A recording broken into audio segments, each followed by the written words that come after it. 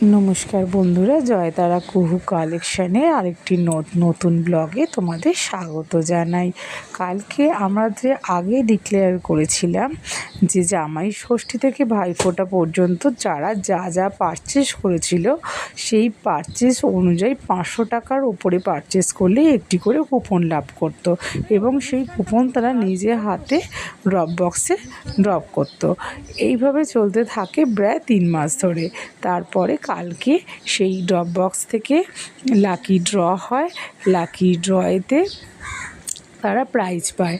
কালকে আমি আমার ঘরটাকে একটা দোকানের কায়দায় সাজিয়েছিলাম। তা আমার কাস্টমাররা এইভাবেই দেখে অভ্যস্ত। তারা এসেছিলেন এবং সমস্ত ভিডিও করা তখন সম্ভব হয়নি যে ইনি ফার্স্ট হয়েছেন, বড়শিলের স্যান্ডউইচ মেকার পেয়েছেন। ইনি আমার বন্ধু সেকেন্ড হয়েছেন। ইনি পেয়েছেন হিটপ্রুফ গ্লাস কেটল। খুব সুন্দর দেখতে এটা, গ্যাসেতে বসবে।